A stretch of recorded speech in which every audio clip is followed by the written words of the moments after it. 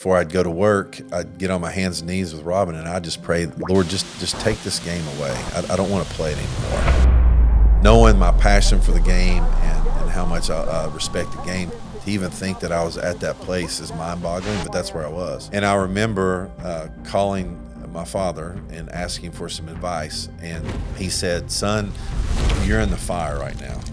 And he said, for gold to be purified, it's got to go through the heat. And so my prayer is not that the Lord takes you out of this. My prayer is that he keeps you in it. So most of our audience knows the man in front of me as kind of the legendary quarterback, had the legendary career at Marshall, 11 years in the NFL, two-time comeback player of the year, but people might not know the journey you went on. Up until 2007, football was my identity. And I always remember my dad, saying as I became a young father was, the greatest gift you could ever give your kids is yourself. It's not in the chosen moments. It's in the moments that you don't choose where the impact happens. When you're in the fire, you don't want to go through it, but looking back, you're so glad you went through it. The Lord, he burnt the game out of me. It wasn't that I didn't have a passion for the game. He placed it in its proper spot in my life, where it was no longer who I was, it was only what I did. Well, Chad Pennington, welcome to Defining Moments Podcast, my friend. Yes, thank you guys for having me. I appreciate it. Thanks for coming. Yes, thank you. So most of our audience knows the man in front of me as kind of the legendary quarterback, had the legendary career at Marshall, first-round draft pick of the Jets, 11 years in the NFL, two-time comeback player of the year, but led Miami, who was like on the brink at 1-15 to actually division success. Chad, I think when people think back to your accuracy, but intelligence, resilience. But what I think is really going to be cool later on in this interview is people might not know the journey you went on after some major surgeries of kind of this journey to a different kind of freedom from New York to Miami. Right. But we're going to have a lot of fun, MK, on pulling the curtain back on some of these defining moments of kind of the man behind the quarterback. We love to get into the real stuff, so we're grateful to have you here and just hear more about your journey and who is Chad Pennington, even outside of football. Yeah, and so Chad, I should probably say you should know this about her. Don't sleep on her football knowledge. She did grow up with 5 brothers. Oh, yes. MK, what did your mom tell you when you were 7? You still wanted to be on the skins team? No more skins team for you. Gotta be on the shirts. Yeah, that would be good. Your skins team is over Yes, with. yeah. Yes. Well, I want to start maybe with this as a two proud Kentuckians here. You have fully been adopted into this Kentucky family. You and your wife, Rob, and 3 boys have been here for almost 13 years now.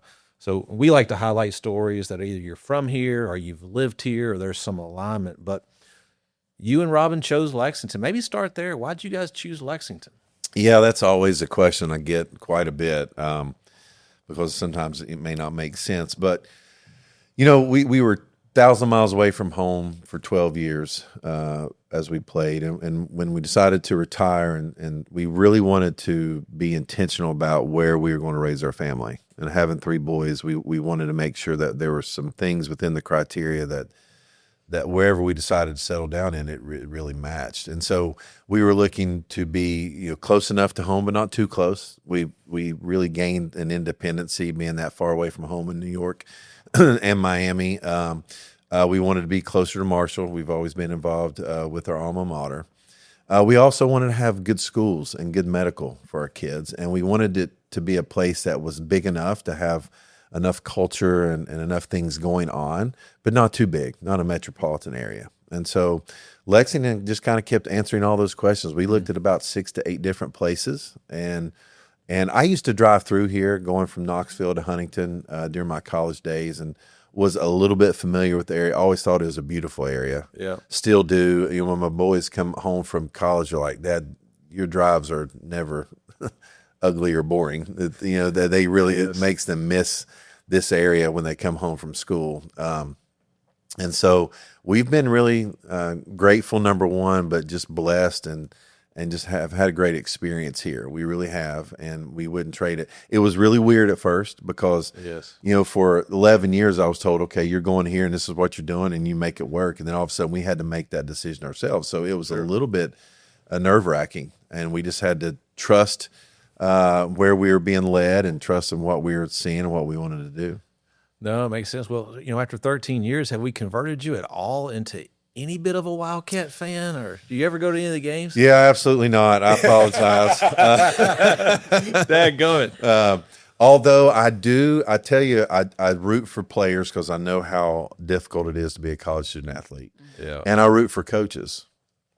So I root for Coach Pope. Yeah. I rooted for Coach Stoops. Actually, Coach Stoops' boys in flag football. So because I know that's a very difficult spot to be in. And although as fans we want to be entertained, he's got a lot of things, and as coaches you've got a lot of things going on that you're trying to mesh together. And especially in this landscape of college athletics, I wouldn't wish that on anybody. It's just difficult, and it's a totally different arena than it was when I played. And so I kind of root more for individuals than teams when it comes to UK. Well, you're a good dude. Sometimes I think about that, right? Having played ball at Kentucky, to realize like just the amount of pressure that comes with every game and how hard that job is in and of itself. Now you layer in, you got to run a budget and go be recruiting transfer. Like, my goodness, that job has gotten a lot harder, right? Like, Yeah, well, it's unfortunate because the business of football or the business of sports has now entered into an arena that, quite frankly, doesn't have the structure to handle that, and doesn't have the organization and the rules behind it. The NFL, the NBA, the MLB, they're professional. They have structure behind it for coaches, for players, all of that. And so I'm hoping that the powers to be introduce the correct structure. Yes. I don't think we're going back to the old model, but I think we can find somewhere in the middle that certainly makes sense for everyone. Yeah, I mean, where else in the world do you just have a free agent every single year, no commitment? It's just chasing, and it's chaos for these poor coaches. It is wild. So I'll let. We won't solve those issues today. I can tell you that. But it's exciting to see what might play out, right? It is fascinating. MK, how about this? Before we kind of rewind the tape to talk about growing up for Chad, I got to get to the Herm Edwards story just right off the bat. So if you are a sports fan anywhere in this world, when you hear you play to win the game, every sports guy knows what I'm talking about. But that story was actually about you. So It was. I would just love to hear your perspective on that story. Vinny Testaverde was the starting quarterback, right? Right. You take it from there, how this played out. Well, we were moving into the 2002 season. That was Herm's second year as our head coach. 2001, we made the playoffs. And so there was a lot of hype and expectation around our 2002 season. We started off 1-3. Things weren't going well at all. And so Herm had the courage to say, okay, we're going to make a change at the quarterback position.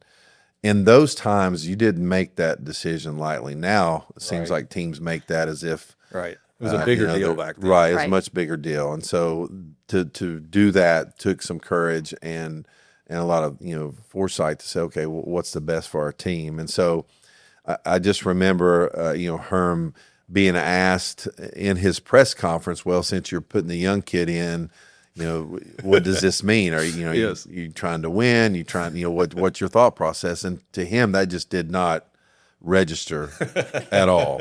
And Herm does make for great television because he's passionate. So good. He's passionate. He loves his players. He loves the people he works with. I consider him like a second father. And so he just said, what are you talking about? You play to win the game. You don't just play just to play. That was such a foreign concept to him.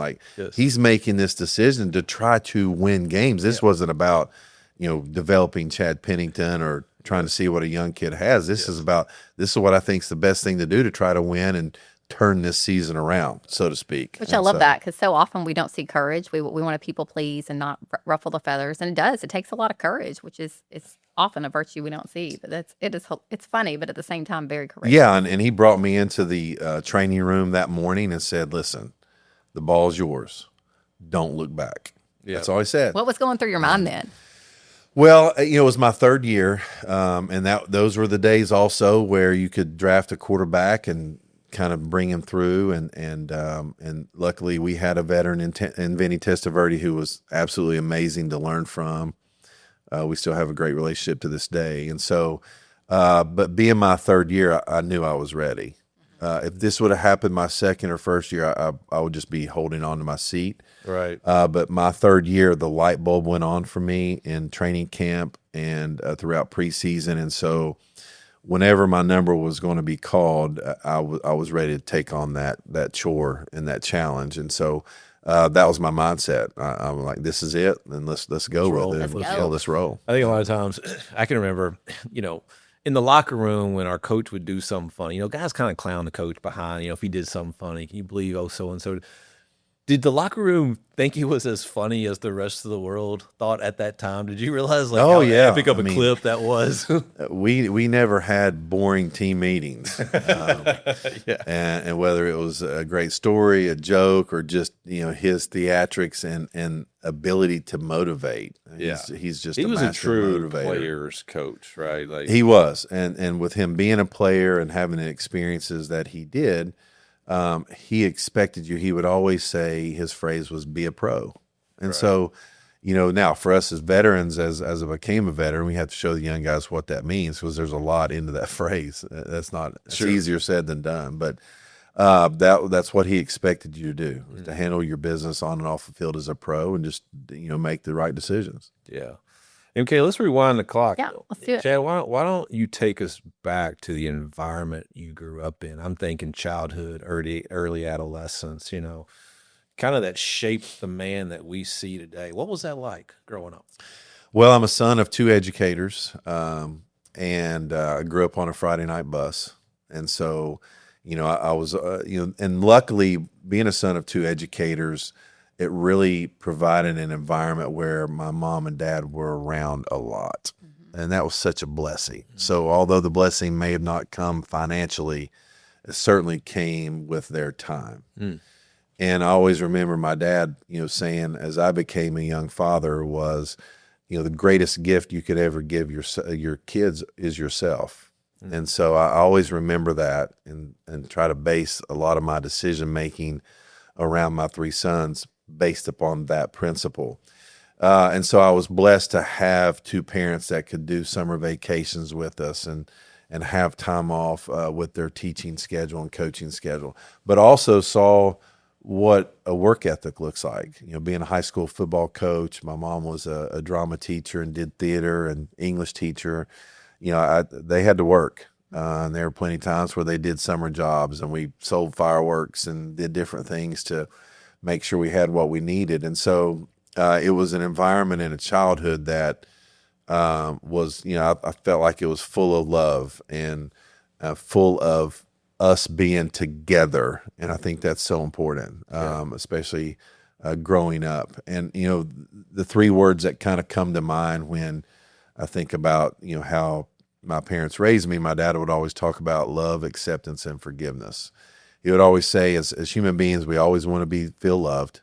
We always want to be accepted. And when we mess up, we always want to be forgiven. And so those three things were something that was, very constant in my life. And I felt like that, my parents did a really good job of balancing the conversations between academics and athletics and your social life and all those things. And the one thing that I'm very thankful for is the fact that I always felt like I had an open forum to, if I messed up or something was on my mind, I could at least come to them and talk to them about it.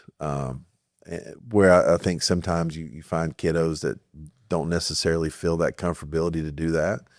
And so I was fortunate enough to have that environment to where, hey, these are my biggest fans. I mean, that's something as a kid you don't realize until you become a parent. Like, we're our kids' biggest fans. There's no one that wants the best for them more than we do. Of course. And so I'm glad that they provided that environment for me to go to someone who loved me the most and say, hey, I'm struggling with this, or I made this stupid decision or whatever, and be able to talk it through. And what wisdom at a young age, because I think a lot of times kids don't go to their parents out of whether it's fear or people pleasing, but they actually have some wisdom. Your friends don't have the wisdom, right? And so just that, I love hearing about that. I think often we don't appreciate our parents and our upbringing until we're on the other side of it, but it really does lay the foundation for your life. And probably we'll get to this, but a lot of what you're doing today and pouring into young kids, like that time is the greatest gift you can And I give. think that's smart because I think like a lot of people, you hear a lot of people saying, quality time versus quantity time,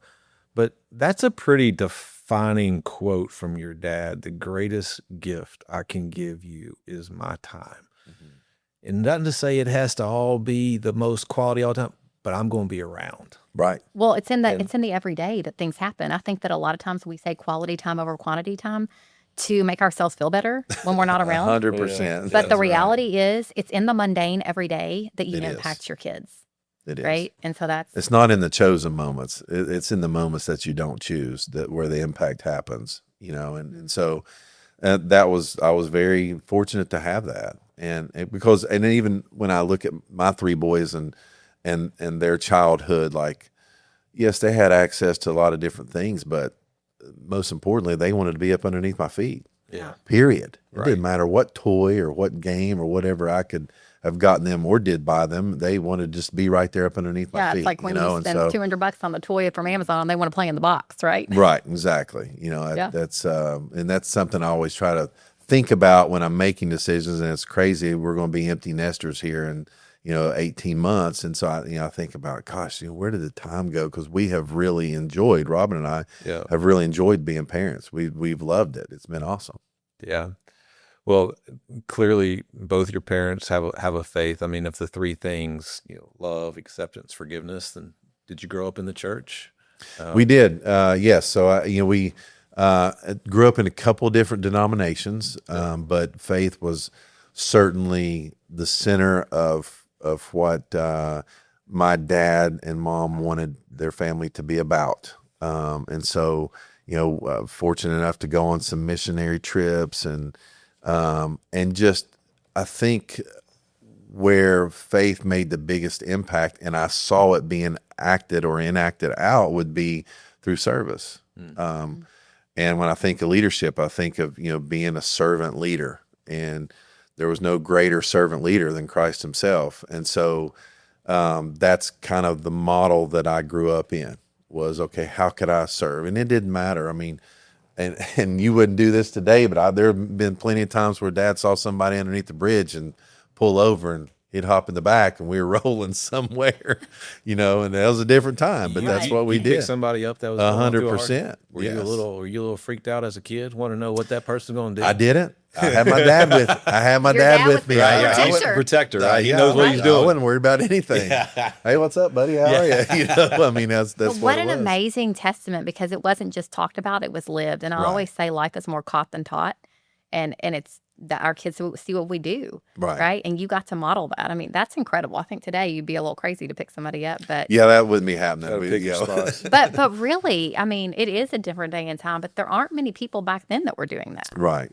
But that's that's just how Dad lived, and that's what he modeled, and I just, whether it be through his coaching, through his teaching, or just his everyday life, that he was just a servant. And even as a coach, I always talk about this, that he wasn't the best head coach, but he was an amazing right-hand man. Yeah. And I think that's because of his service attitude and servant attitude. Right. He could take a vision of a head coach and get it implemented. Right. He won a state championship as an offensive coordinator, a defensive coordinator. He ran a freshman program. Did he coach JV. you all the way up through?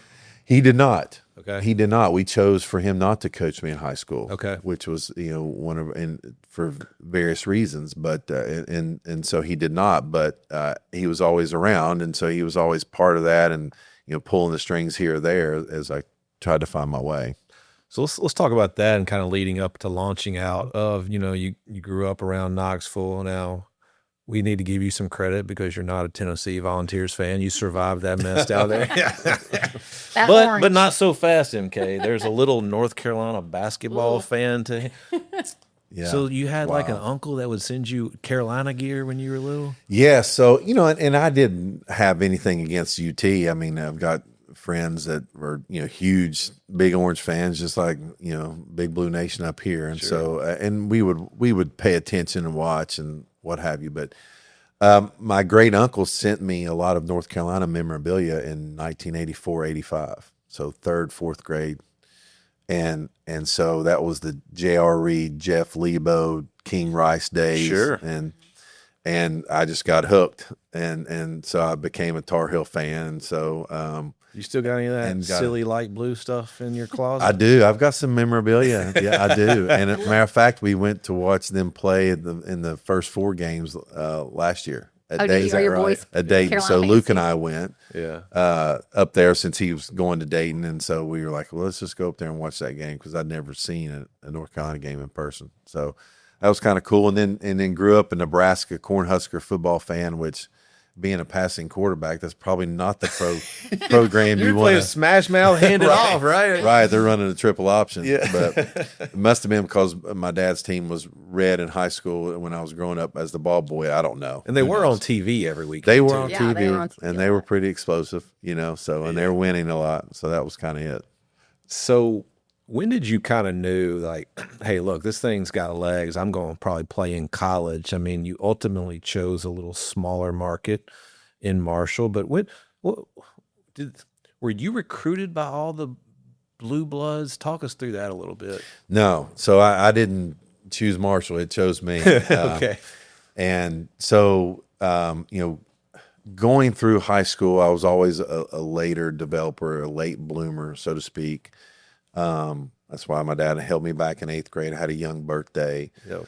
And even going into my senior year, I didn't run fast. I didn't have a huge body, so to speak. And so, but I had 2 offers. I had Middle Tennessee State and Tennessee Chattanooga.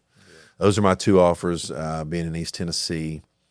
But my dad, being a coach, had a coaching friend who had 2 players that played at Marshall. Okay. One of them was a receiver, Tim Martin. We're friends to this day. And he had come in town to visit his high school head coach. And so he needed to throw. This was in the summer of 1994. And so he called his coach. His coach called my dad and said, hey, could Chad throw with Tim? He needs to run some routes and before he goes back to Marshall. I said, sure. So he came over to Webb School. Tim did, and we went through a throwing session. And afterwards, he's like, man, I think you could play. And he goes, why don't you, I'm going to call Coach Don and let him know that you're going to come up to camp. And back then, it wasn't one-day showcases. It was like a 3-day overnight stay. Yeah, It's we're more gonna of Was a that your senior year of high school? Correct. Yeah, going into my senior year. And so I went up there. Now, Mom and Dad went to Marshall.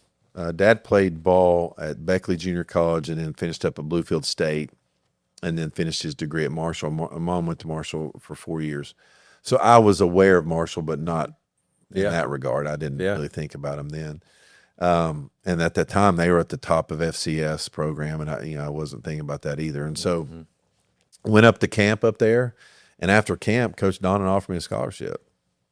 3 days. We've seen enough. 3 days, we've seen enough. Did you And already so- know you were going to take that and not take the 10 Well, offers? no. So I went back home. My dad and I discussed it, and we wanted to make sure that we certainly, thought it through. But my whole goal was I didn't want to just run through the T at UT or run through the smoke at a big place. My goal was I wanted to play at the highest level I could possibly play, but I wanted to play. Yes. At that time, did you even And so- have visions that you could make it to the NFL? No, Yeah, no, just not take even, the next right Not step. even. I didn't even, didn't even know if I could play college. And so, so when I looked at those 3 opportunities, and I felt like, I do have a chance to play here in a couple of years.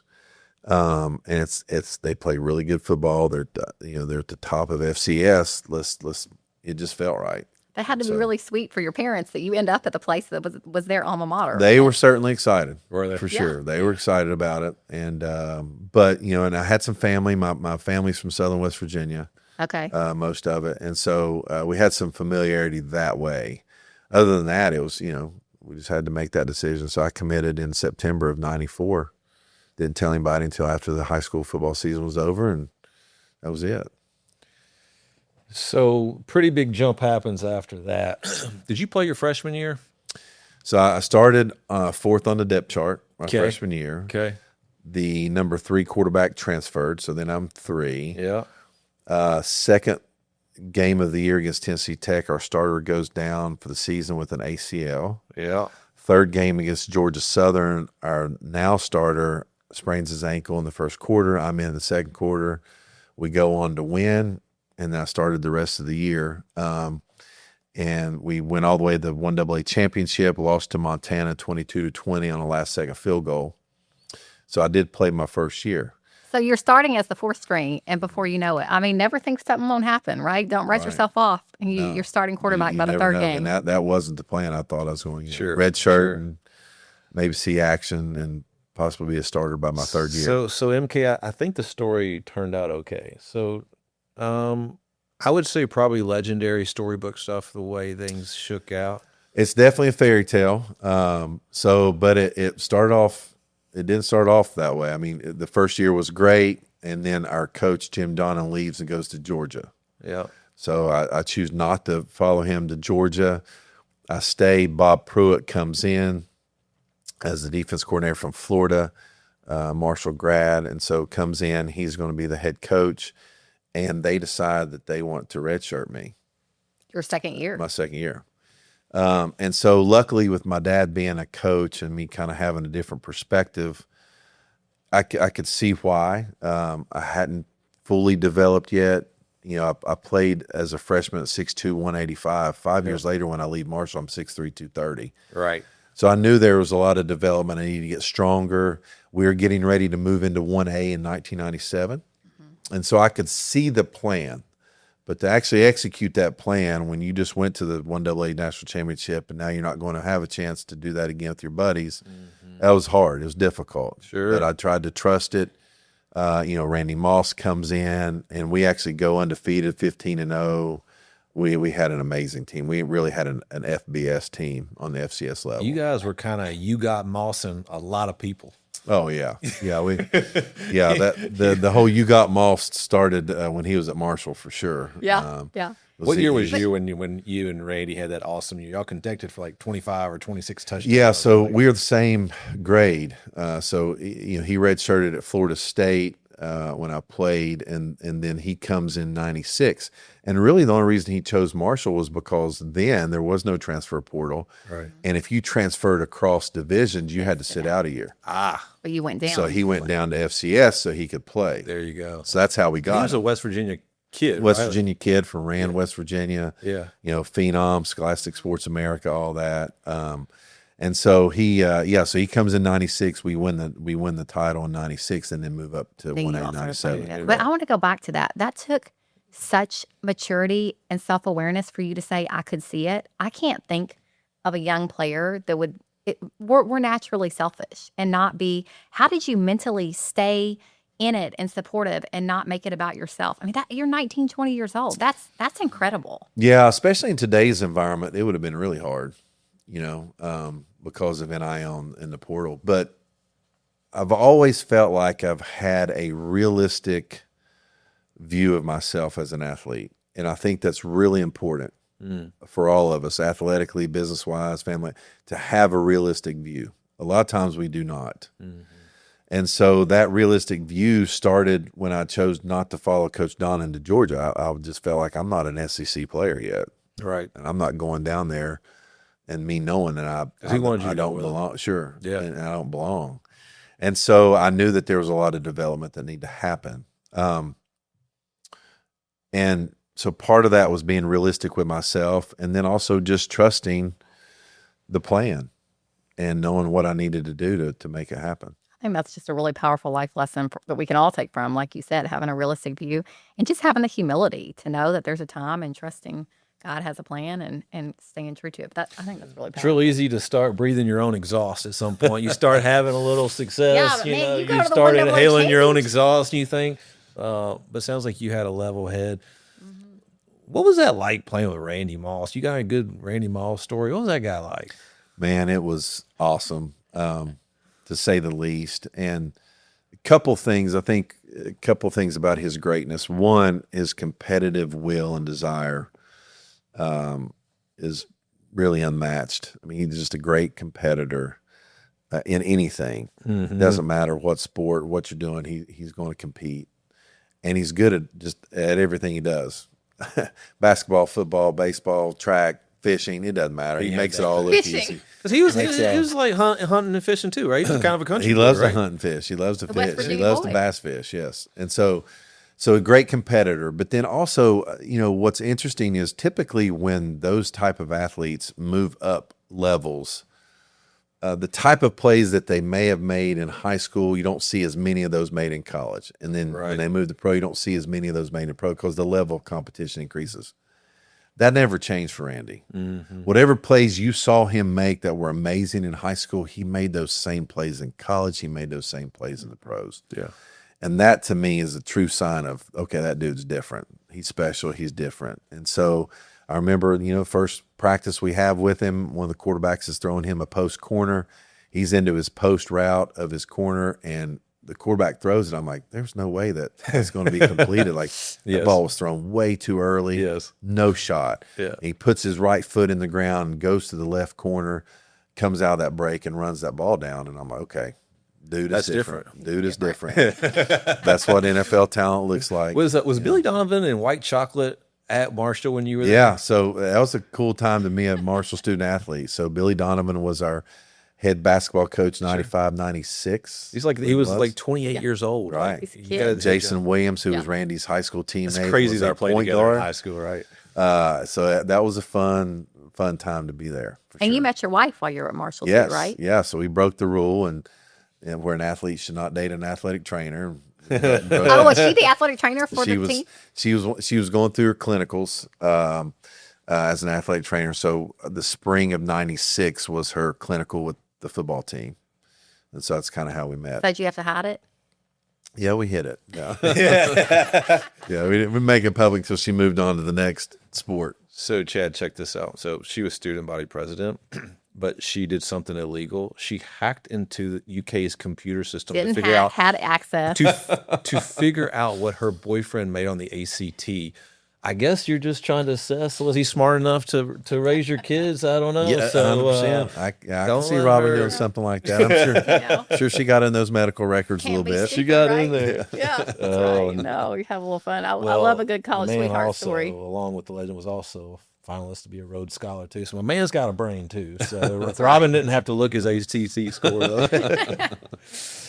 I think ending it, you finished 45-6 as a starter, 3 MAC titles, historic fashion, undefeated season. Y'all beat BYU in the bowl game, ranked 10th.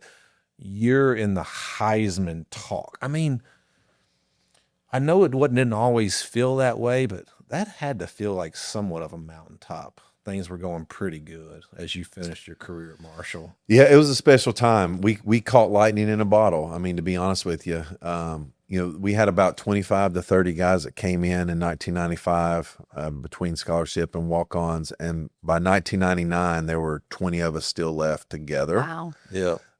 We were the BCS buster, so to speak, before the Boise States and the TCUs and those type of teams. And Coach just instilled in us just an expectation of, you put in the work and you come together and you do things the right way, good things are going to happen. Sure. And so we walked into Clemson, beat them. We go down to South Carolina, beat them, beat BYU. So it was a fun time just to be part of that. And then with Marshall's story of the plane crash, the ashes to glory type of comeback story, we were part of that, and we were adopted sons of that community. Yes. And Coach Pruitt did a great job of making sure we were involved in the community. And so it was just a really neat time to be a student athlete and to be able to accomplish what we accomplished. On top of that, it was icing on the cake. Yeah. I want to transition a little bit. You kind of go from the mountaintop. Most people we interview, Chad, a lot of business people that have to figure out kind of where they go work after they get out of college, but that really wasn't going to be your call. You're preparing for the NFL draft. And did you have someone where you really wanted to land in your mind, or what was your mindset as you're kind of preparing for the draft? Well, you mentioned the Rhodes Scholarship. So when I interviewed there and they asked me, okay, if you get the Rhodes Scholarship and you get drafted, what are you going to do? Yes. So that probably ended my Rhodes Scholarship opportunity there, because I played right down the middle of the fence and just said, I'm glad to have both opportunities. But yes. Going into my senior season, that's when it kind of started to come to fruition. Okay, I probably have a shot at this NFL thing. You've got Tom Condon, Lee Steinberg, all the big agents calling, wanting to meet with the family and all of that stuff. And So luckily I had, we put a group together that would meet with agents on Saturdays before my game. So I didn't have to worry about that. Yep. And then at the end of the year, then they picked the top 3 and I sat down and interviewed those myself and chose Tom Condon and IMG, which later became CAA. And so, going into the draft process, being a mid-major student athlete, the combine, the Senior Bowl, all those different things are really important because those have to match with what they're seeing on film because you don't have the SEC film every week. Right. So you've got to match it. So our plan with that was very intentional. Went down to Bradenton, Florida, trained at the Nick Bollettieri Tennis Academy, which is where IMG sent its football players. It's now IMG Academies now. Played in the Senior Bowl, and then had to use the combine to show that I could run well and move well, and then had some private workouts after that. So everything was very intentional with that whole draft process. Going into the draft process, thought it was probably either going to be Pittsburgh at number 8 or San Francisco at number 16. Really didn't think about the Jets being on the radar. Vinny was there. Ray Lucas was there. They were a pretty successful team anyway, so typically not looking for a quarterback. Yep. Pittsburgh decides to take Plaxico Burress. San Francisco takes an outside linebacker from Michigan State. And so at 18, I get a call before they announce it because we decided not to go to New York. We decided to have a little lake party in East Tennessee and invite family and friends there. Is that Parcells? Did he make the call? Al Groh The head made the coach. call because he was the head coach. Parcells was the GM president. But when I think back to the process, the Jets were one of the 4 teams that gave me a private formal interview at the combine. Right. And so with the Keyshawn trade and with the Bill Belichick going to New England deal, we had 4 first-round draft picks in 2000. So the Jets took Sean Ellis at 12, John Abraham at 13, me at 18, and Anthony Becht at 27. Yeah. And so that's kind of how that all started. And it was, you talking about going from 0 to 60 in about 0.2 seconds because you go. I mean, the culture shock, right? Like Yeah. Huntington, West Virginia to the New York. to the Mecca, right? Right. The middle of New York. Well, Yeah. Jay-Z said, "You make it here, you can make it anywhere." Guys." Well, you learn what road rage is really fast. You experience the world's largest parking lot, 495 Long Island Expressway. yeah, And so, but it's interesting, my journalism degree kind of helped me prepare for it a little bit, but no one's ever truly prepared for that media market. right. And you're never truly prepared for what professional football looks like because now the business of the game has now entered into the equation. Sure. How did that change internally for you when football became your job? Yeah. As from a preparation standpoint, that didn't change. The 2 things that change is 1, you're no longer just going to class in football. So the management of your time, the structure of your day, especially in the off season, so important. Yeah. That can derail a lot of guys. And then secondly, just being able to handle that as a professional and the emotions. Football's an emotional game. In business, you can't be emotional. Yeah. And so that's really hard for young players to play a game where you've been taught it's one for all for one. All of a sudden, you're in an arena that, yes, in between the white lines, it's that way. You step outside those white lines, it's everyone working for themselves. That's right. You're actually Chad Pennington Incorporated subcontracting your services to the New York Jets. That's what you are. Sure. That's how you have to look at it so that you can make good, solid business decisions and not make emotional ones. And now they're basically taking that same decision down to where you're 18 and 19 and college athletes are having to do the same thing, which is just, You don't even have a fully formed brain. You don't have it's what do you say? impossible. Your frontal It lobe is isn't fully formed, impossible. right? Yeah, Like, I tell my it's kids. impossible. The power of having good people around you. You obviously had good parents to kind of create this level head, but not everybody that grows up with 2 parents that taught them wrong from right, or then now they're stuck in. You put them in the middle of it. I've kind of had a front row seat to some of this NIL stuff, and it's like, I've told it's like, man, you let an 18-year-old put $300,000 or $400,000 in a checking account, you might as well hand him a gun. Yeah. It's just A so. disaster. Well, and on top of that, even if, like for me, I had a great childhood experience, but even my family and my parents being public school educators cannot see my perspective Right. Sure. in the financial world that now I've entered in a split second. Yep. Overnight. Seeing it through their lens, it's hard to see it through a school teaching paying lens. Right. And now you're looking at your son who's, Yes. jumped into a bunch of money. Right. And so that's difficult, even for guys who've had good family experiences, much less guys who did not. Yeah. That's why you it's see very that difficult.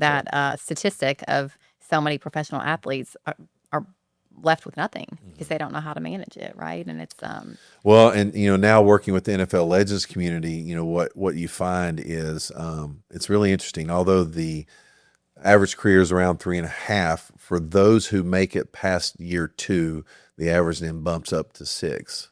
interesting. And then when that happens, you see guys coming out with a little bit better skill set, being more successful, going back and getting their degrees if they didn't get it, running, Yeah. being great entrepreneurs.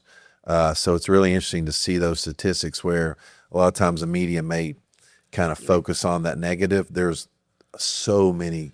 Yes. Man, So being to your very point, successful. I'm in the wealth management business. We actually manage money for a few athletes, and ESPN did that documentary called Broke. And basically they said, look, 80% of NFL guys actually go broke with it. It kind of focused on that 3.5 Yeah. year trajectory, right? Maybe not so much there. Yeah, don't believe that. We've got Yeah. so many guys that are doing really, really well, Yeah. and have become great professionals. And so within our NFL Legends community, what we do is we work with men and their families as they transition from the game. And one of the biggest things that we've got to help them with is, okay, let's use this, because I don't even call it a career. It's not. It's an Right. experience. And I played 11 years. But Right. it's still, when you look at a true professional career, 11 years is not really a Right, career. right. That's right. So that's an experience. So it's how do we use this experience as a springboard into the next chapter of your life versus a cliff that you just fall off of. And football is certainly unique because it provides a time in your life that's so special, and it leaves a void that you never really feel. You just learn how to deal with better.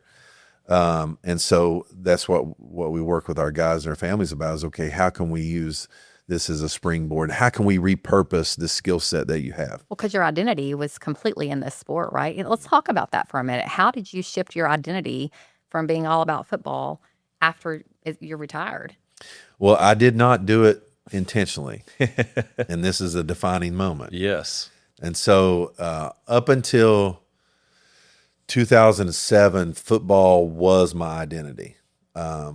What happened on the field, good, bad, or indifferent, that's what I reflected in my personal life, with my relationships, with how I went about my daily business, which is not good. But St. Robin, that's what right? it was. St. Right. Robin. Yeah, exactly. And so in 2007, coming off of a first comeback player of the year, have a high sprained ankle, first game, miss one game, come back and try to play with that high sprained ankle with a lot of good medicine. So it doesn't go well. So by the 8th game, we're 1-7, and Coach Mangini makes a change. First time ever that football did not reward me or did not go well. And so at that time, I had an identity crisis. And I remember each day before I'd go to work, I'd get on my hands and knees with Robin, and I'd just pray, Lord, just take this game away. I don't want to play it anymore. And knowing my passion for the game and how much I respect the game, to even think that I was at that place is mind-boggling, but that's where I was. And so every day for the last half of the season, that was my mindset. I didn't want to play. I didn't want the game anymore. And I remember calling my father and asking for some advice. And he said, son, you're in the fire right now. And he said, for gold to be purified, it's got to go through the heat.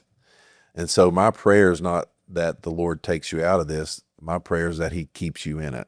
So I want to stop right there because that you told me that story at lunch, and I think that is so profound on multiple levels. I think there's this natural instinct for parents wanting to remove the struggle from their kids. And it's another thing to want to remove the struggle, but it's another thing for your dad to say, I actually hope he keeps you in the fire because of this refining process. Mm-hmm.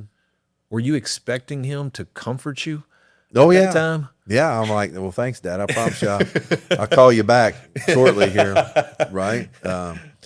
I was expecting a different perspective for sure, and one that would be more of my friend and fan rather than somebody that was going to tell me the truth, and that's cold hard truth. That's hard. And that's spiritual truth, and that's biblical truth. That's real. That's not even worldly truth. That's the real It's stuff. wisdom that you look back on and know that's what you needed to hear when Right. it's not what you wanted to hear. Right. Which is love. Exactly. And so, and he ended up being right. I come out of there at the end of that year where the Lord, he burnt the game out of me. And it wasn't that I didn't love the game. It wasn't that I didn't have a passion for the game. He placed it in its proper spot in my life. Yeah. Order. Where it was no longer who I was, it was only what I did. And so because of that, those next 3 years, which actually included me being fired and let go and moving on to Miami. So it wasn't all Talk peaches about and that cream. call when they actually called. Where were you when you decided they were going to fire you? Yeah. So, going into 2008, I lost my job. So now I had to compete again for my starting job Yes. with the player that I'd already beaten out 2 years before. So I had to repeat that process.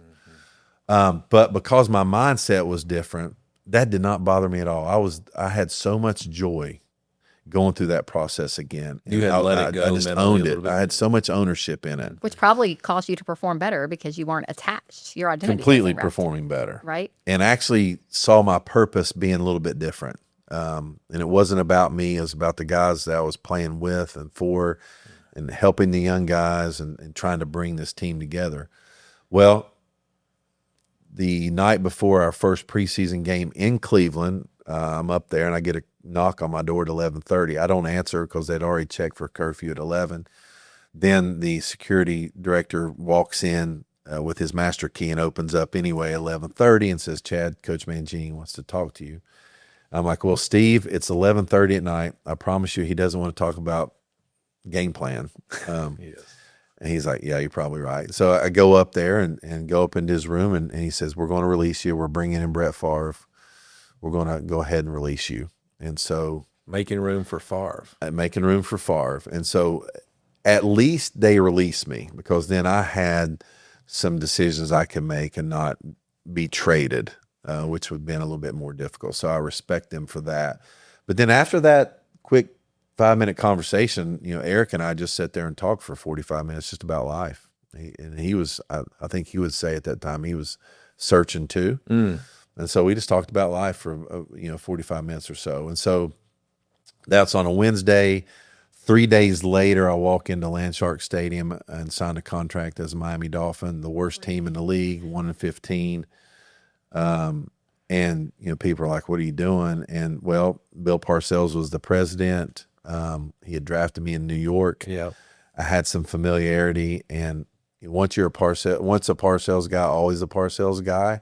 And one thing you always respect and people respect about Bill is he's going to lay it out for you, his plan, and you may not like it, but this is it. And at least I always respected that because at least I know. You knew where you stood. Right. He's like, listen, So we what need was you to the come plan down that here. he The told plan you? was come down here. We just drafted Chad Henne from Michigan. We think he's going to be a good player. Yeah. We need you to mentor him. We need you to set this program correctly. You know how we do things here.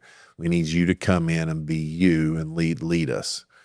I said, okay, let's do it. So they were 1-15. I mean, from the outside, somebody might say this is career suicide. What's my man? What did Robin think? Like, what's going on in her mind? She had some doubts. There's no doubt. I was like, are you sure? I'm like, I'm sure. And I'd called Phil Simms, talked to him about it, and he's like, Chad, he said, one thing Bill's not going to do is throw you to the wolves. He's going to make sure you're protected. Right. And let you guys figure it out. And so when I got down there, I look out to my left, and Ted Ginn, they just drafted the year before, first-round pick, Both my tackles are first round picks. Both my running backs are first round picks. Got really good tight ends. You got a squad. Yeah. I'm like, offensively and typically, historically speaking, up until that point, Miami was known as a defensive team. Jason Taylor, Zach Thomas, Sam Madison, Patrick Surtain. It was their team was run by their defense. So when I get down there, I know that we're going to have a good defense, although they've had a coaching change. Tony Sperano is the head coach. Paul Pasqualoni is the defense coordinator, but I knew they were going to be good defensively. I just look across the board offensively, and we've got talent. Yep. They have no confidence in themselves at all. And so that was my whole goal through the rest of training camp, was to get them to believe in themselves. And it didn't start off well. We went 0-2, then we win 2, then we lose 2. And we're right at the forks in the road at 2-4, and we're playing the Buffalo Bills down there. And so from there, we win 9 out of 10, win the division, go 11-5, and create NFL history. And it was a unique experience, and the experience that came at the right moment in time in my career. I needed a little bit of change, fresh breath, new scenery, Warm weather from New York warm to weather. Miami. Weather got a bit better. Yeah. Oh my goodness! I remember my first day. Well, it does get better, but Not in August. heat in South Florida Ooh, yeah, I didn't think is about that, real. too. And a football pass, So I had right? left New York, and I remember my first practice, and I walk out on the practice field at 8:00, and it's 95 degrees. Yeah. And my quarterback humid. coach, David Lee, who's still a good friend of mine to this day, is like, "What is wrong with you?" I'm like, "What are you talking about?" "Well, you're all flushed." And I'm like, "Well, let me paint this picture. I just came from 75 degrees in New York. Right. I'm now in 95, and it's so hot, I feel like Jesus is going to come back anytime soon.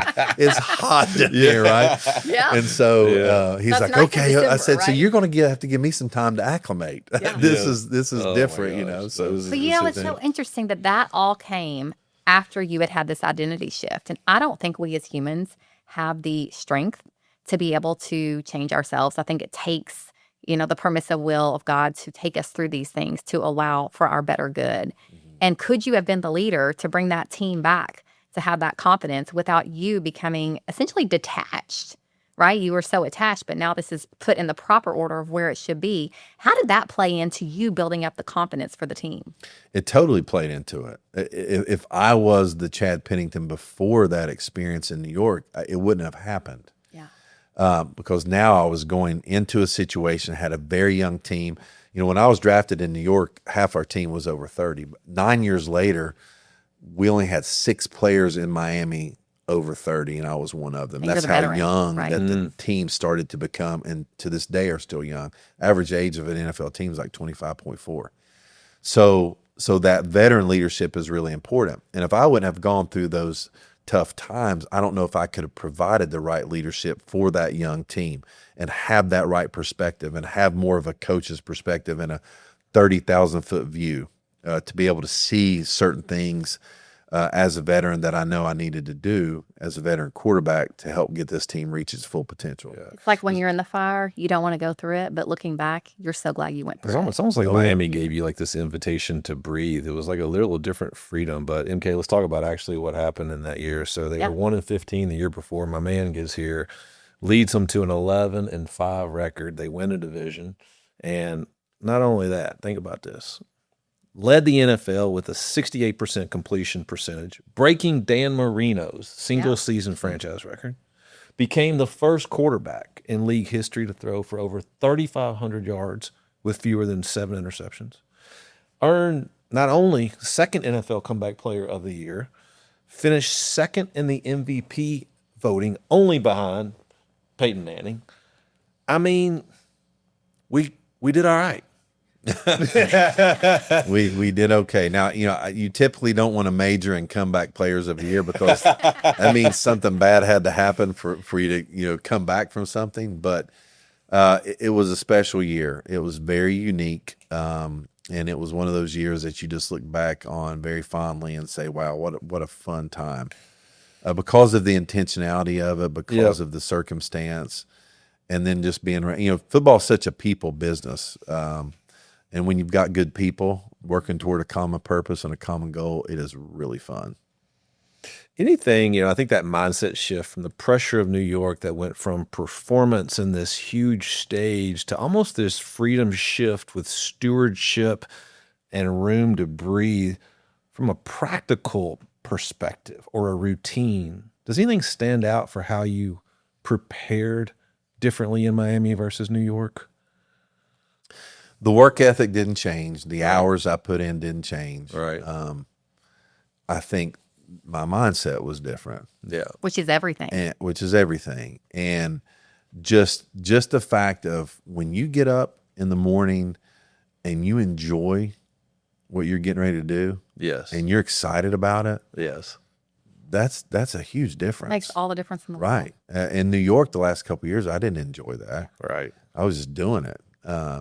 So just the thought process, the outlook, and the perspective was what was different. The fundamentals didn't change. The work ethic, Sure. all that stuff, that didn't change. But just the mindset was what changed. I always think, it's like the simplest definition I know is like, if I'm excited to leave the house in the morning and excited to come home. Sounds like Miami, you were excited to leave the house in the morning and you got to that place, right? Where Yeah.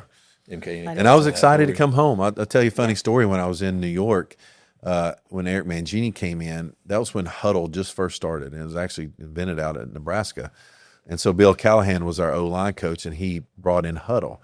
Well, Mangini liked the thought of having Huddle within our building because you can track players watching film, how much time they're putting in or whatever. And so he had come to me one day and said, I noticed that you're not on Huddle. I said, yeah, I don't get on Huddle, Coach. Well, why not? I said, because at the time I said, I have 2 kids at home. I said, so when I go home, there's no football going on. Yeah. It's on. Yes. Like it is on. It's on, way more on than here. I promise you that. Yeah. And I said, so if you ever want to question whether or not I'm putting in the time, come down here tonight at 9:00 and you'll see me in this quarterback room and I'm getting my study in. But when I go home, I can't do it.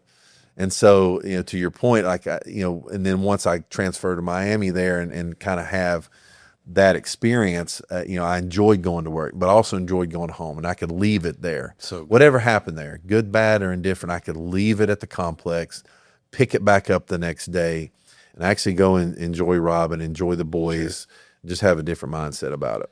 Well, that's, it's in my work, we do a lot with identity and working with people on their mindset shift. And I believe it's such important work, but it's so true. What you focus on expands, right? So when you start to see the beauty of your life and all the good things and the gifts that it is, how would you share wisdom with people that are their identities in athletics? And it has to be, up to a point, not that it should be, but that's how you become great at anything. You're obsessed with it, right? Mm-hmm.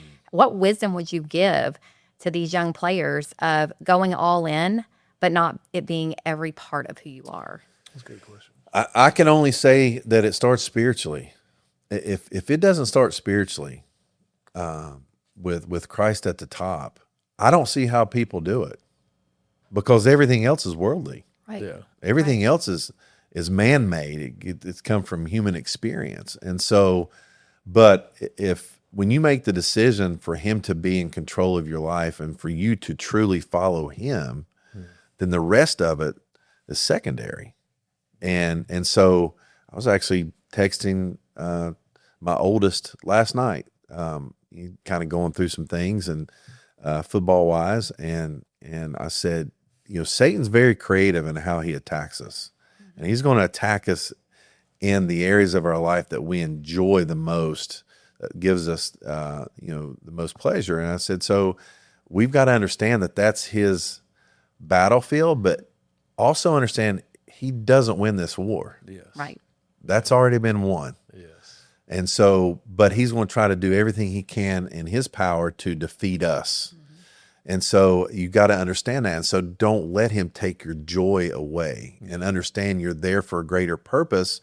And most importantly, you're there so that people see Christ living in you. That's what it's about. Yeah. And when they do that, then you've accomplished, and when they see that, you've accomplished your goal. Sure. And everything else is secondary. And so to answer your question, I don't know how people do it without that mindset. Yeah. because you will never be satisfied. You will never be fulfilled. It'll never Well, be you're enough. using can't. things of the world to fill a void that It's only never God is enough. meant to fill, right? Correct. And it's when Exactly. you surrender it all to Him, there's a freedom that comes. It sounds like you're just saying that's where the freedom comes, the freedom in Christ. That's where it came from, and that's where it still comes. I will tell Absolutely. my kids, I think sports is awesome. I grew up in a sports family. It's all I want to do, and it is a terrible God. It will let you down. Right. Go play, Every time. man, have fun, dream, do all that. But it's actually not who you are. Right. And to your point of kind of this foundation. And that's a daily battle. I mean, I can speak from experience, even coming off of a state championship year as a high school coach. And when I look back on the 24 season and compare it to the 25 season, I did a terrible job in the 25 season because of that success in 24 and trying to capture that. And you start to go off on your own and do things that you probably shouldn't do, or have a mindset you probably shouldn't have, which then you end up not being as effective anyway. And not that you do that to gain that success, right. but when you look back on it, that was the difference, the mindset, Yeah. the mindset. And for it's sure. keeping everything in proper order, right? That's what everything is. So you kind of hinted on this. You know, you made a call and told the Dolphins, when I go home, I'm going home. I got 2 little ones at home. Hey, I'll be in here at 8 a.m, but that, and then, you know, this thing wraps up for you and you start kind of the next life, and you kind of thought you were probably heading into broadcasting, right? It seemed to be like the natural thing, but then you kind of had to choose family again over that. And walk us through that decision a little bit. Yeah. So, you know, in 2010, I actually went into the 2010 season being the backup to Chad Henne. Yep. And then game 9, Coach Sperano makes me the starter. First play of the game, get hit, shoulder pops out for the 4th time. I pop it back in, play 2 more plays because I'm like, you know what? This is probably it. I'm going to try to go score. You tried to. So Oh my goodness! So you knew. It's one thing for It a was basketball player to pop one in. It's another thing It for a was football out. player. I popped it back in, and no one knew. Coach Dan Henning, our offensive coordinator, calls a pass play. I complete the pass. It goes down about the 20 to Brian Hartline. Matter of fact, South Florida's head coach now. And so then I'm like, in the back of my mind, I'm like, yeah, maybe it didn't pop out. Maybe I just felt something it wasn't. So I try to move it around, and when I move it around, it just falls out. That's It's it. stuck. I'm going in the huddle and trying to get people to pull on it, and they're like, we're not touching that shoulder. There's no way. So I walk over to Coach Sperano. He's like, what's wrong? I said, it's over, Coach. And so went back into the locker room. They pop it back in. And so kind of knew that was probably his time. 4 times. I mean, goodness. Yes. And so then, you know, moving into 2011, decided, okay, let's take a look at this broadcasting thing, get my feet wet in it. Loved it, enjoyed it. But, you know, it was tough because the travel was actually more than a player. Because, you know, you travel on a Thursday or Friday, you don't come back until Sunday or Monday, depending on what your travel Yeah. Then when you schedule is. play, you probably flew out on Saturday, play on Sunday, come back You're after the back. game. Correct. Yeah. Still miss Thanksgiving, Christmas, New Year's, all the important All the dates holidays. with your kiddos because you're doing the commentating. And so I luckily, and I was blessed enough to say, okay, if I don't want to, I don't have to. Yes. And so I tried to make just a personal decision and go, yeah, I'm going to do something different. And so that's when we started to really think about, okay, do we want to move from South Florida, get back closer to family and all those things we talked about earlier. Yeah. And so we moved here to Kentucky in August of 2012. And, you know, first things first was get the kids in school and make sure that they're settled and kind of finding our way there. And then in 2013, I started coaching middle school ball at the Lexington School. Now you've had a massive impact on this community. Okay, what led to the motivation when you said, "Hey, look, I'm going to get involved in local kids sports here"?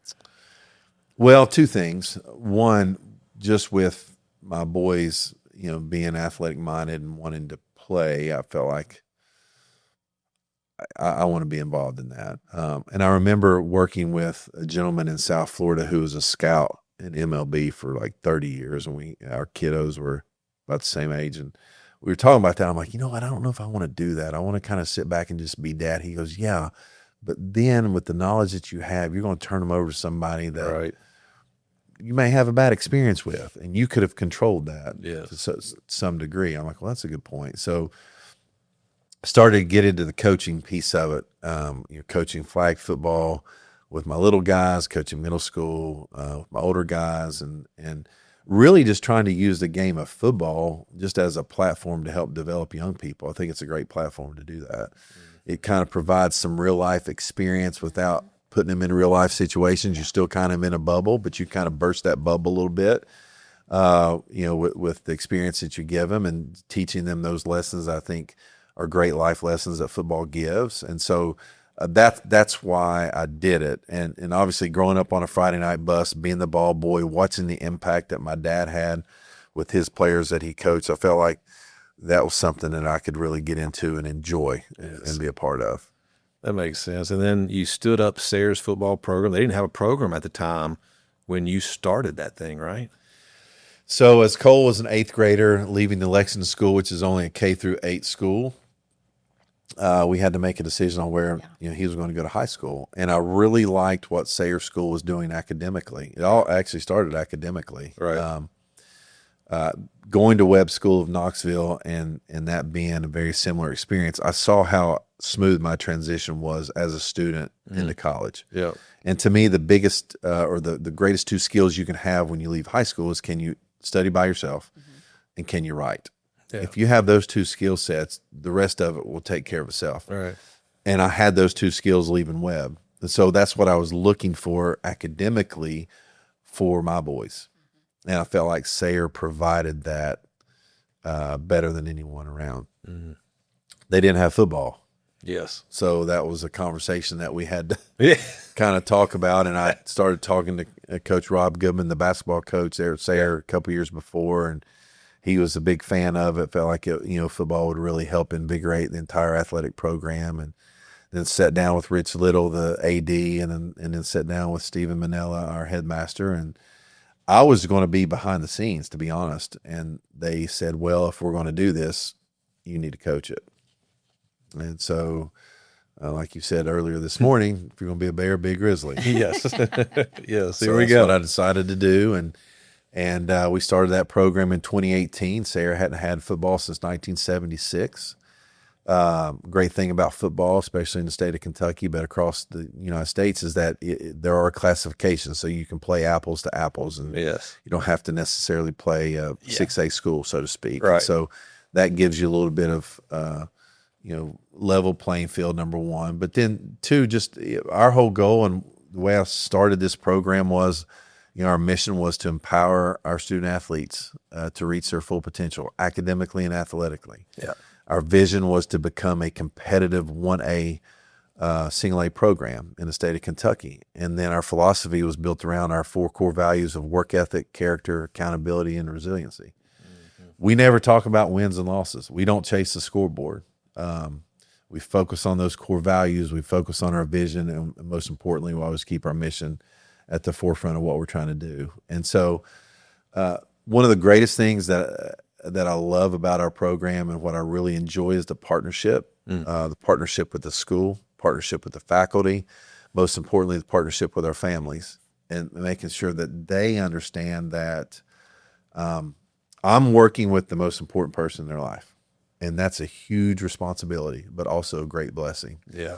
And so I want to make sure that I partner with them because they're going to be spending their kiddos going to be spending a lot of time with me.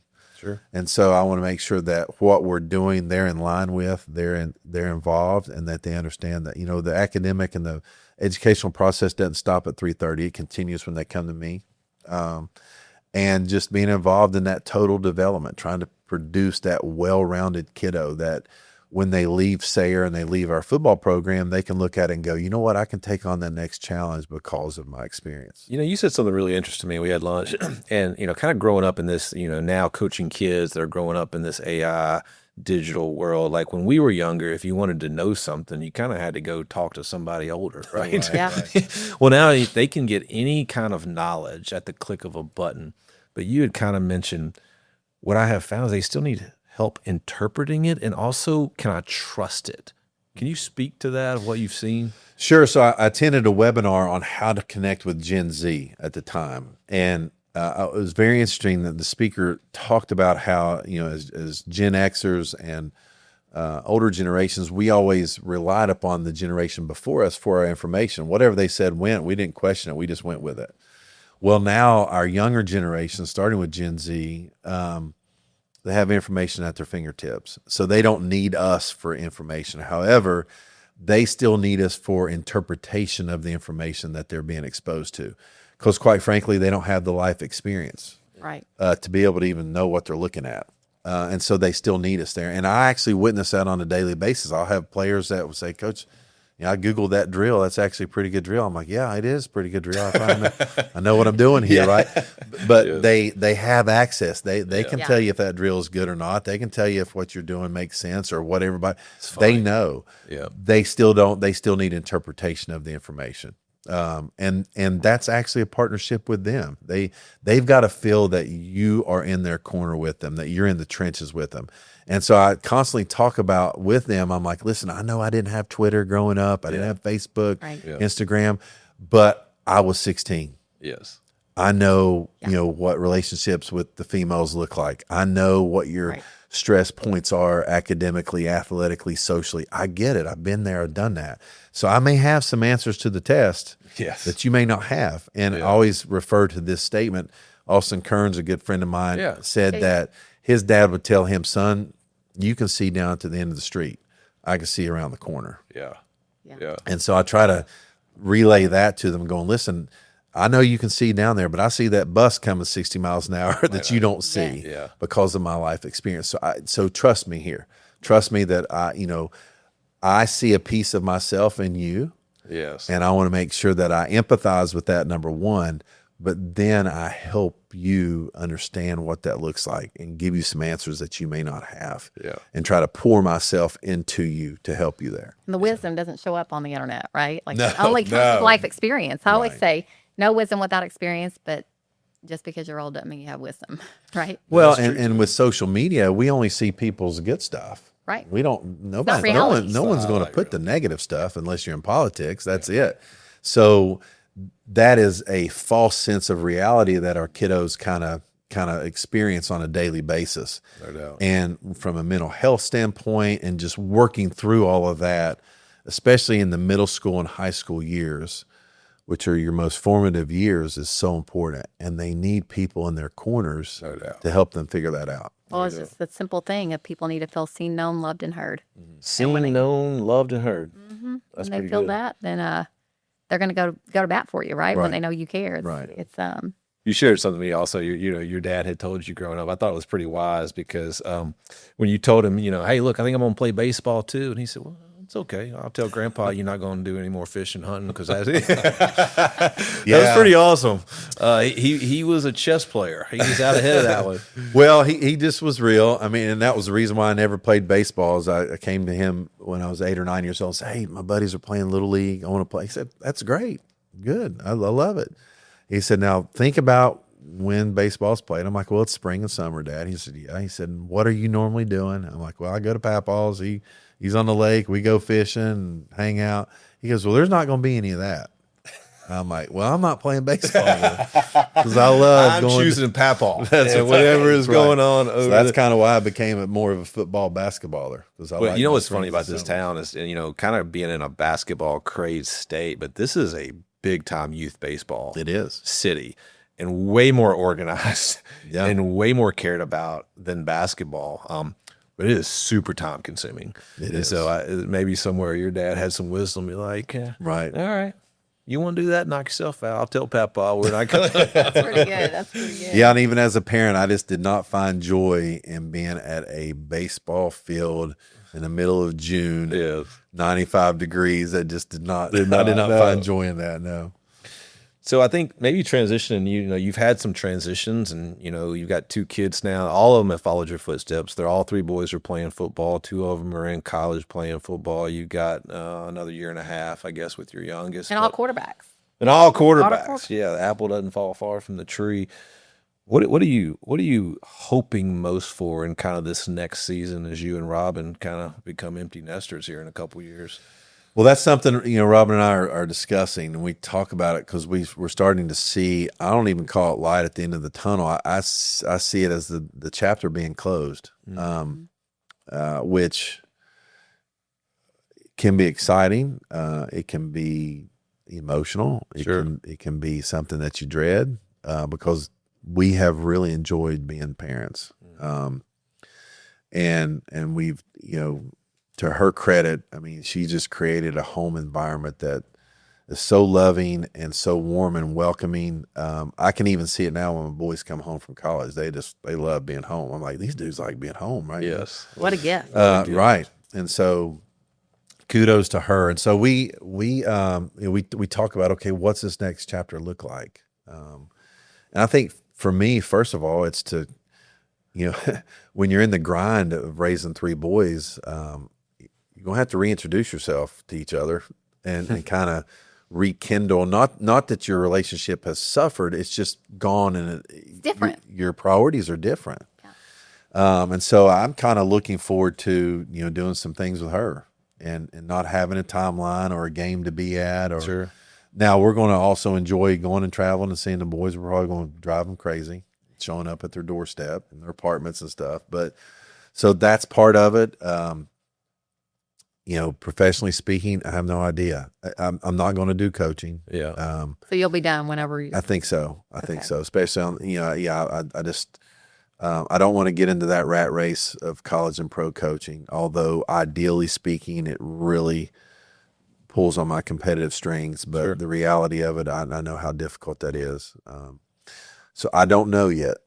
We don't know. And we're trying to talk it through, and you won't really know what the reality is until it happens, right? All you've known for 22 years is not just been about you all. Right. So it's an exciting time. It's Since 2004, there's been a little one involved somehow, some way. Sure. So, and we've enjoyed that, but now, it's going to be different. So we got to figure it out.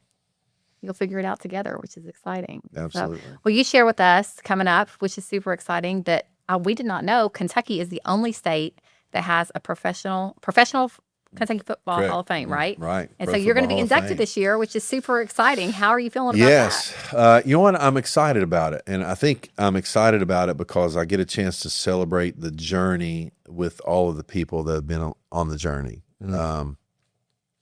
And there's been quite a few people, different, quote, defining moments in my life that I can point to go, yep, he or she's part of it.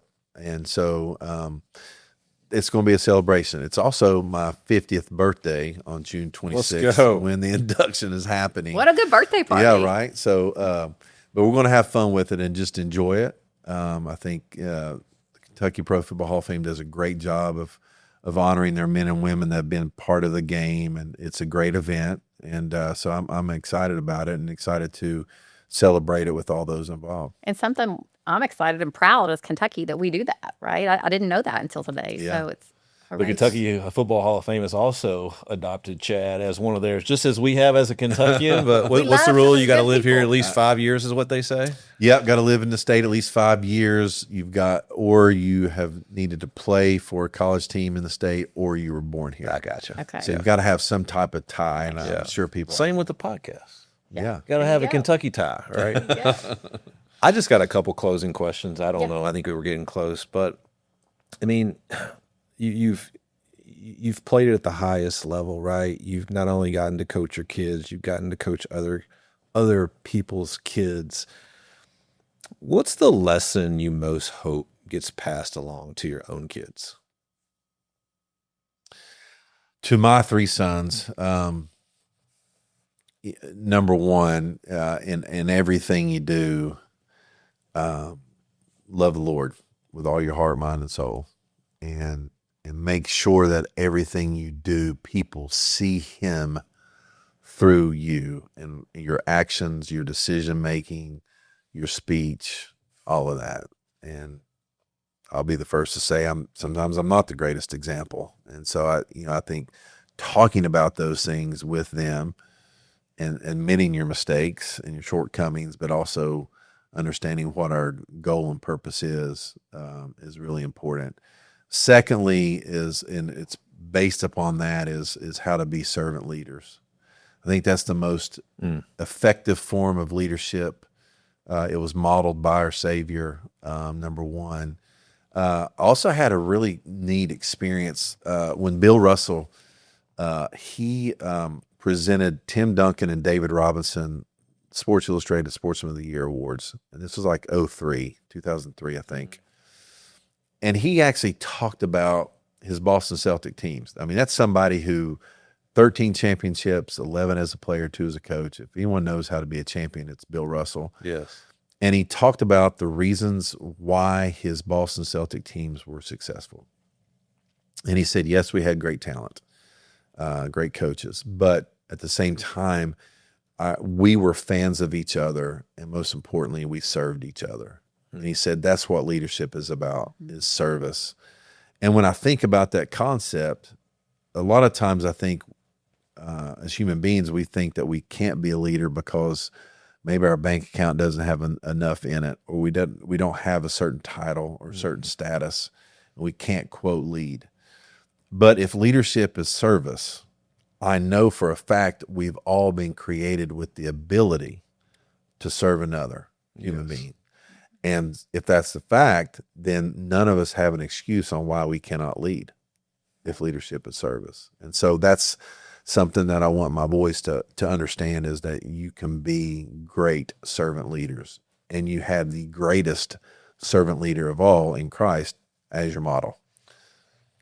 I don't think I can say it anymore. Oh, it's so true. And we have a responsibility to be great leaders, first to lead ourselves and then to lead others. And I think as a parent, that is the greatest thing you give your kids. So, all right, I got a quick rapid fire for you. You ready? Rapid fire Just to first finish thing. up. These are always tough. Oh, they're fun. A loss that taught you more than a win.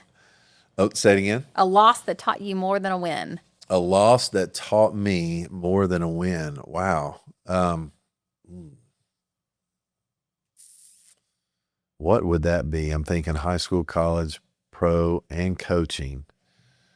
Goodness gracious. Probably an injury that taught me more than a win. Yeah, it could be. Yeah, let's go that route. So I think the first 2 shoulder surgeries that I had in my pro career were certainly losses. And 2 things that I learned. One, which is really hard as a competitor, trying to establish and acquire the patience that you need to allow your body to heal, not come back too fast. So hard, almost impossible, because you want to be available for your team.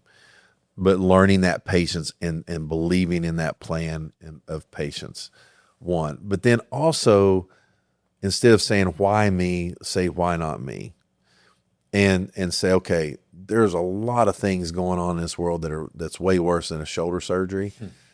And so maybe this can be used as an inspiration for someone else to look at and go, okay, he went through that. That's got to be pretty tough. But look at his mindset. Look at his positive attitude.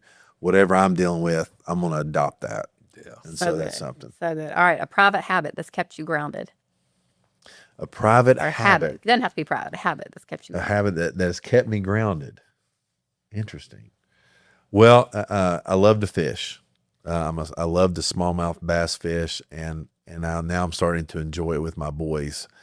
And I just think, being outside, enjoying nature, enjoying that time together, as people say, it's why they call it fishing, not catching, right? And so, Yes. but just that time to just take a deep breath and download. I'm actually looking forward to gaining more of that time. Quite some. That's good. Yeah. All right, and lastly, a fear you had to overcome.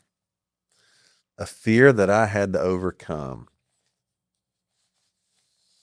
I think the fear of failure is huge for all of us, and that's something that I try to relay to the kiddos that I coach now, is because in our society today, they are actually taught to avoid failure at all cost. Mm-hmm. But how do we ever truly understand what success is if we've never failed? And so me being able to overcome that fear of failure and not to accept failure, but to embrace it and use it as a learning lesson, and having enough confidence in yourself to say, okay, I'm going to use that. That's not who I am. Yeah. I failed there, but I'm going to use it to learn from. I think it's really important. That's something that we try to talk about within our program, is to kind of get kids to kind of stretch themselves a little bit and be okay if it doesn't go their way. And it's not when that failure happens or when that adversity happens, I don't want to see them, nor do I want to see myself, react with emotion. Let's respond with discipline. When we react with emotion, good things do not happen. But when we respond with discipline and respond with our core values and the things and the foundations that we know are going to help us be successful, good things do happen from that failure. I love that. It's such a parallel for life too, right? It's all of that, all of what you're saying. So much wisdom here from Chad Pennington today, and just showing us that defining moments aren't just about what we overcome, but really who we become in the process. And what I've really heard from you today that's really powerful is that life is about service, and that when you're in the fire, just stay in it and open your hands and let whatever refining needs to happen. That's a powerful thing. So we just thank you so much for being here today. Chad, you've been not only a blessing to us, but you've been a blessing to the community. So thank you for doing this. It's been a pleasure. Well, thank you to you guys, and thank you to Kentucky for, especially Central Kentucky, for accepting us. We've really enjoyed it and look forward to however many more years we have here. Maybe we'll still make a Wildcat fan out of you. We'll get him some blue. We'll get him some real blue. And say, Chad, thank you. Thank you. Thank you.